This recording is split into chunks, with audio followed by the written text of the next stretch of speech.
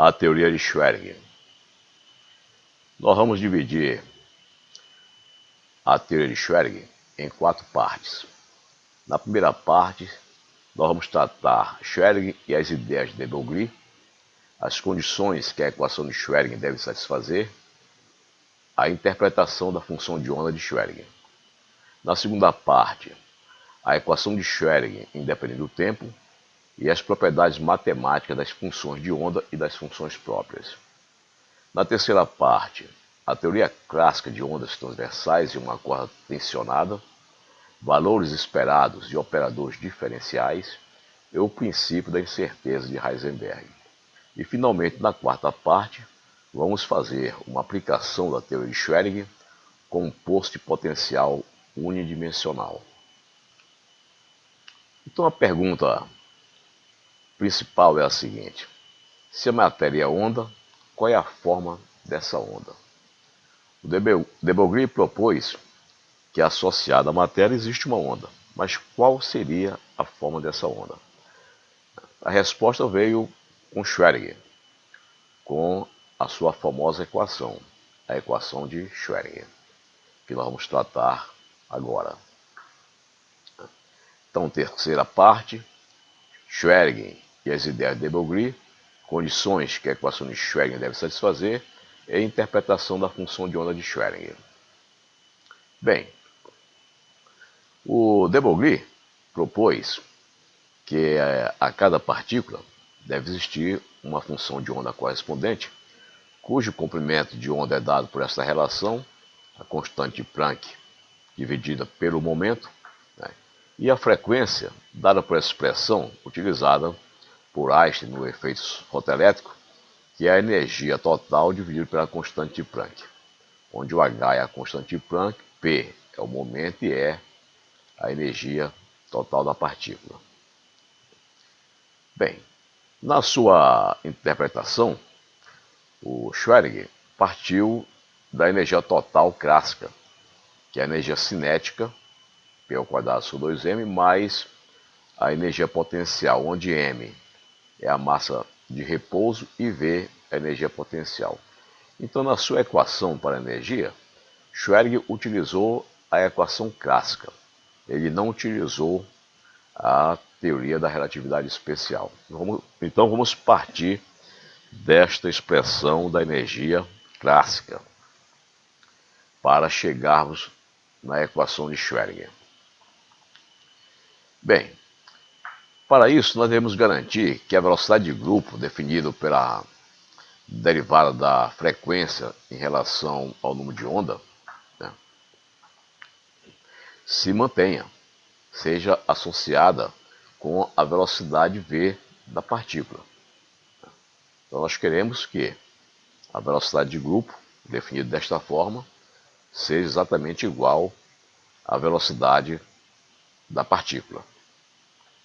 Como a energia é dada por essa expressão e a frequência por esta, né, nós podemos juntar essas expressões e escrever que a frequência é dada por 1 sobre h cortado vezes a energia total, que é a soma da cinética mais a potencial. Né? E vamos definir aqui o número de onda como sendo 1 sobre lambda. Então, daquela expressão de de Broglie, daquele postulado de de Broglie, 1 sobre lambda é P sobre a constante de Planck. Né? E diferenciar o F, diferencial do F em relação a P, vai ser derivada de F em relação a P e a derivada de P em relação a K. Bom, juntando, substituindo esses resultados que nós temos aqui para cá, podemos escrever desta forma, né? E de maneira que a derivada de F em relação a K é simplesmente a própria velocidade da partícula.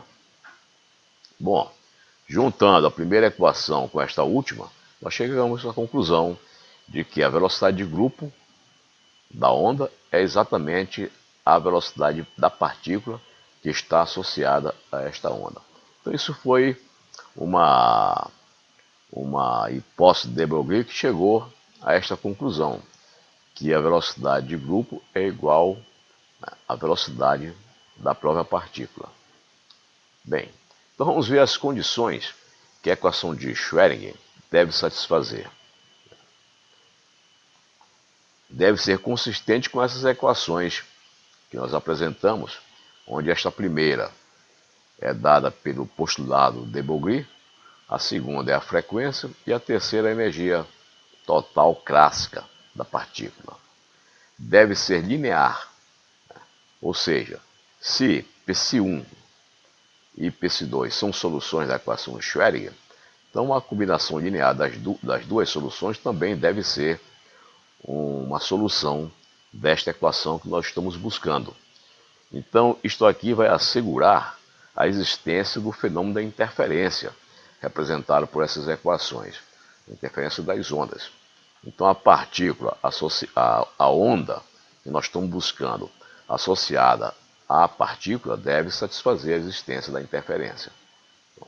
Terceiro, para haver constante, se o potencial for constante, essa energia potencial for constante, o momento da partícula deve ser constante, uma vez que, da segunda lei de Newton, temos que a derivada de Peirce é a força, portanto, como força é dada pela derivada do potencial em relação a x, chegamos à conclusão que a força é zero.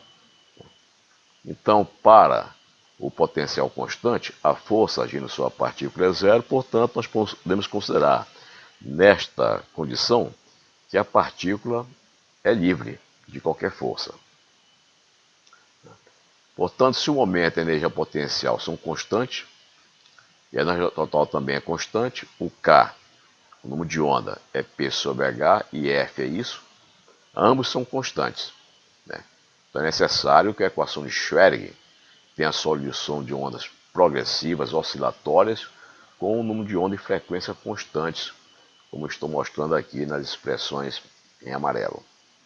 Então vamos escrever de novo aqui o postulado de Broglie e a frequência, e vou definir o K maiúsculo como 2π vezes o número de onda, e a frequência angular como 2π vezes f.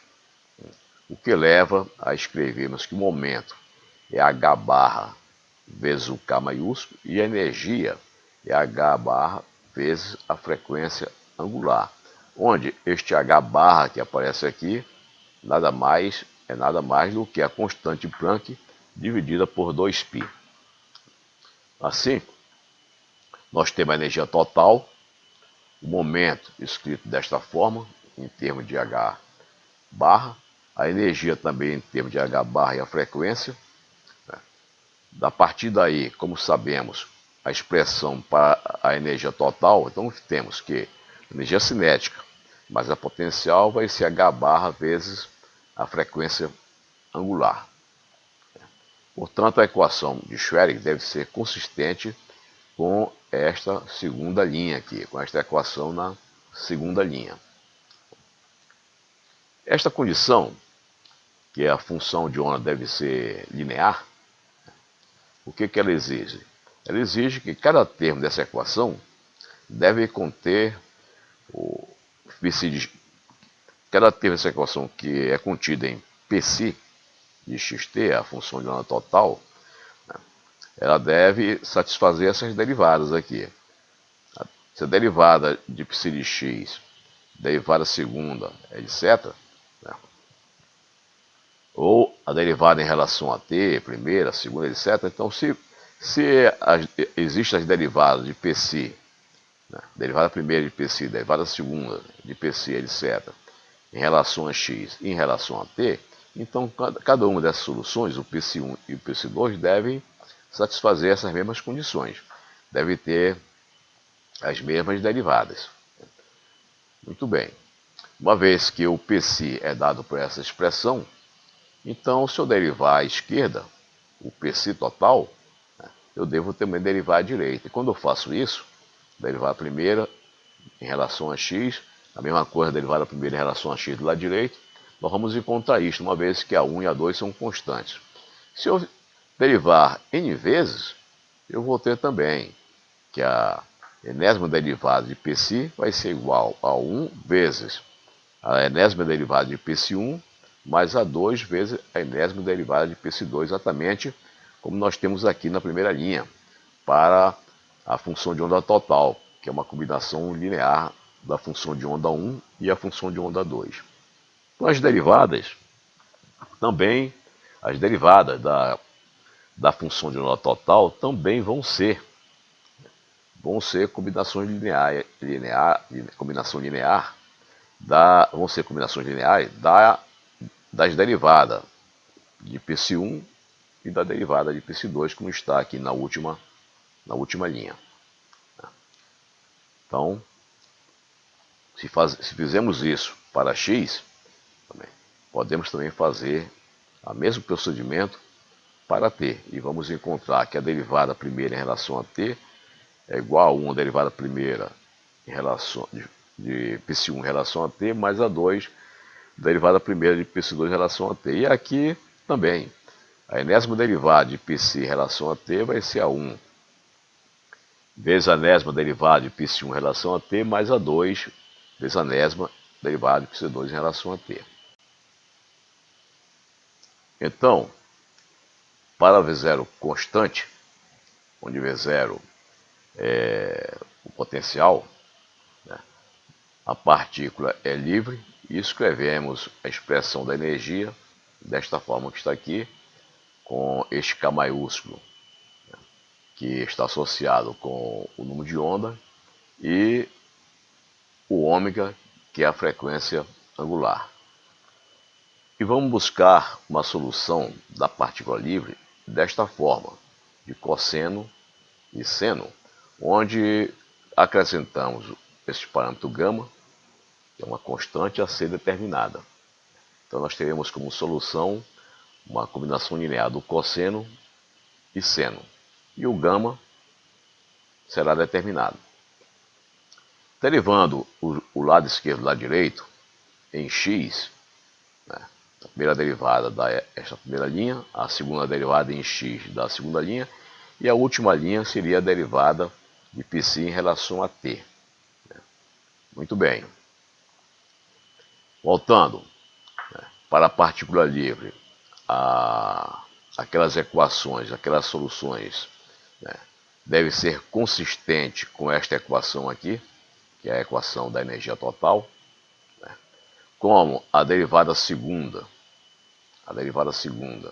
né, ela gera esse termo k ao quadrado, e a derivada primeira em t gera esse termo ômega. Vamos tentar uma solução desse tipo aqui, né, onde o k ao quadrado que aparece aqui, né, tudo que está aqui, h barra ao quadrado vezes k ao quadrado, vamos substituir por uma constante vezes a derivada segunda, porque foi da derivada segunda que veio esse k ao quadrado. E o lado direito, né, essa constante h barra, como o ômega veio da derivada primeira em t, nós vamos substituir esse termo da direita por uma constante beta vezes a derivada primeira em relação ao tempo, onde o alfa e beta são constantes, né, a serem determinadas. Então vamos substituir a derivada segunda em x, a derivada primeira em t, né, nesta equação aqui, e como nós sabemos quem é esta derivada e quem é esta, nós encontramos esta expressão longa que está aqui, né, com duas linhas. Primeiro, continua aqui igual a esta parte da direita. Nós encontramos. E podemos agora simplificar esta equação, rearranjando, ela é escrita desta forma que está aqui. Agora então nós temos uma parte que está dentro desse colchete, vezes o cosseno, e uma outra parte que está dentro do segundo colchete, vezes seno. Agora lembremos que o cosseno e o seno são funções linearmente independentes. Então, como elas são funções linearmente independentes, essa expressão é zero se e somente se o colchete aqui, o resultado desse colchete for nulo, e também o resultado desse colchete aqui for nulo. Então, fazendo esse colchete nulo e esse colchete nulo para satisfazer essa condição de nulidade desta expressão, que eu repito aqui na primeira linha, nós vamos encontrar essas duas equações. Esta equação veio da nulidade do primeiro colchete e a segunda expressão veio da nulidade do segundo colchete. Esses valores, alfa, beta e gama, devem satisfazer aquela equação da energia total. Devem satisfazer a equação da energia total. Então, resolvendo aquelas três equações, essas três equações, a primeira, a segunda e a terceira, resolvendo essas três equações, achamos que o alfa é dado por essa constante, o beta por esta aqui, onde o i é a unidade imaginária, e o gama por esta que está aqui. Então, dessas três, vamos escolher o alfa, o beta com a parte positiva e o gama com essa parte positiva. Então, o gama seria dado por isso, o beta por isso, e a partir desses valores, voltamos àquela expressão anterior, escrevemos nesta forma que está aqui. Voltamos à expressão anterior que tínhamos aqui, alfa mais derivada segunda em x, mais V0 π de L, mais igual a beta vezes isso. Substituímos agora os valores de alfa, né, beta e k, né, tirado desse resultado, nesta expressão, e encontramos finalmente esta equação de Schrödinger. Bom, agora vale lembrar o seguinte: substituindo os valores, encontramos isto aqui. Agora, essa expressão, ela foi obtida, né, considerando-se a partícula livre, ou seja, esse V0, esse potencial, como sendo constante. Agora nós vamos fazer o seguinte: nós vamos postular que esta equação vale para V0, mas vale também para qualquer potencial. Então nós vamos postular o seguinte: que esta equação vale para V0 e vale também para um V, que depende da coordenada x e do tempo t. Fazendo essa postulação, nós vamos encontrar então esta equação, que agora substituímos um V0 por um V qualquer, né? E esta equação é que conhecemos como a equação de Schrödinger. Muito bem. Então, esta equação de Schrödinger, ela foi testada desde a sua apresentação, né, por Schrödinger até os dias de hoje. Em todas as situações, os seus resultados são confirmados com os resultados experimentais, de maneira que esse postulado que estamos fazendo, que é aquela equação que deduzimos para a partícula livre, serve também para qualquer potencial, tem sido demonstrado válido. Bom, então, para a partícula livre, nós tínhamos que a função de onda era dada por essa expressão, cosseno mais i seno, né? Substituindo agora o gama pelo i, ficou escrito desta forma, mas isso aqui nada mais é do que a exponencial, né, que nós estamos identificando, né, desta forma que está aqui. Muito bem. Isso aqui nada mais é do que a equação de Euler, né, em que a exponencial imaginária é elevada a kx menos ωt, nós podemos escrever como cosseno deste argumento, mais o i seno deste argumento. Então vemos por aqui, mesmo para a partícula livre, que as soluções das equações de Schrödinger são funções complexas. Em geral, são funções complexas. Então isso significa que fisicamente, né, essas funções não têm sentido. Quando nós formos interpretá-las, vamos interpretá-las de outra forma, para fugirmos dessa questão que a função é uma função complexa. Então, qual seria a interpretação da função de onda de Schrödinger? Que ela apareceu ali no caso da partícula livre como sendo um número complexo. Então, essa interpretação veio de Max Born, em 1926. Né? E ele postulou o seguinte: a função de onda em si, ela não tem significado físico. O significado físico é dado pelo produto do conjugado da função de onda pela própria função de onda.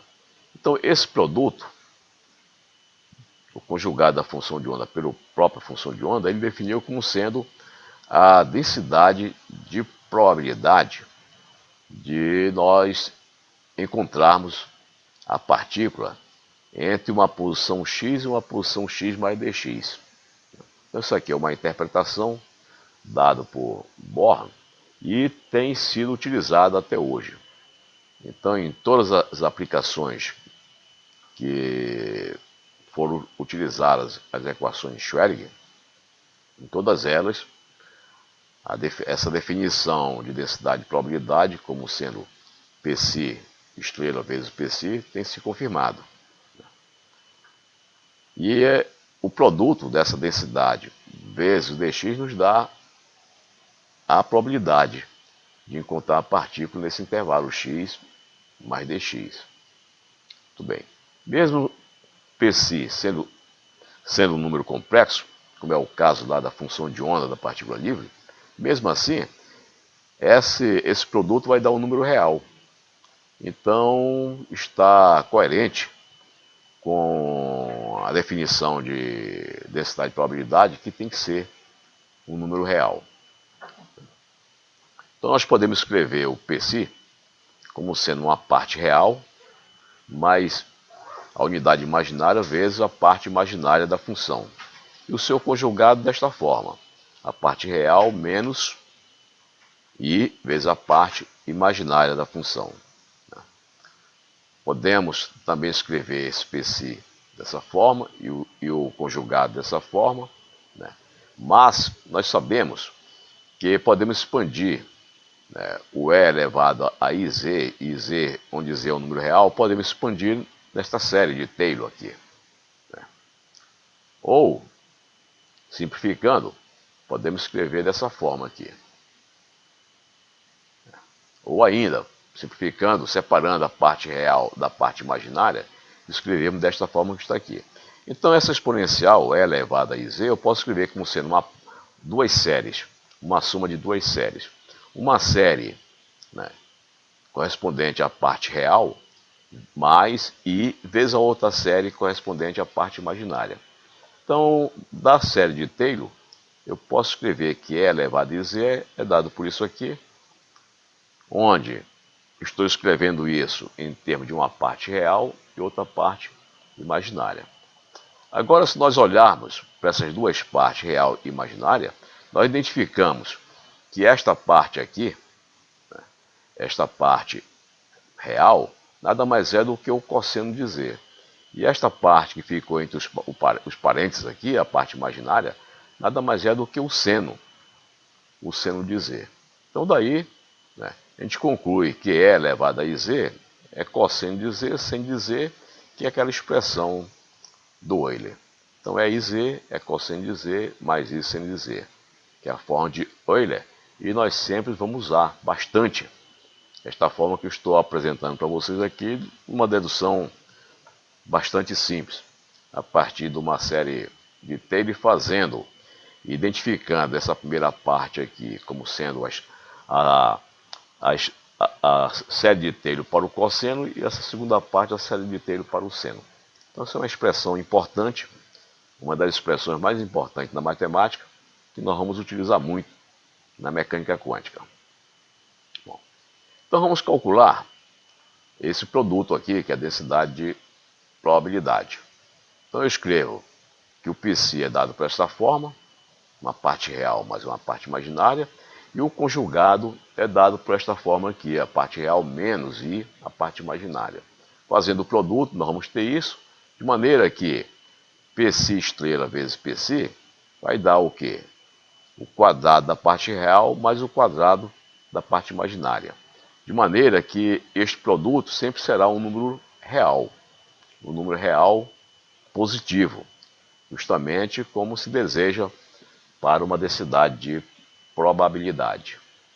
Portanto, esse produto é sempre uma função real, coerente com o que se espera para a densidade de probabilidade. Bom, vamos fazer uma justificativa para que esse produto Psi estrela vezes Psi seja considerada a densidade de probabilidade conforme proposto por Born.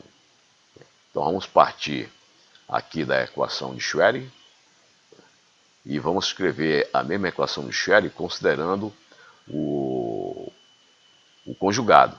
Então se eu fizer o conjugado aqui da equação de Schrödinger, eu vou ter aqui o conjugado de Psi mais V, o conjugado de Psi, o conjugado de I é menos I,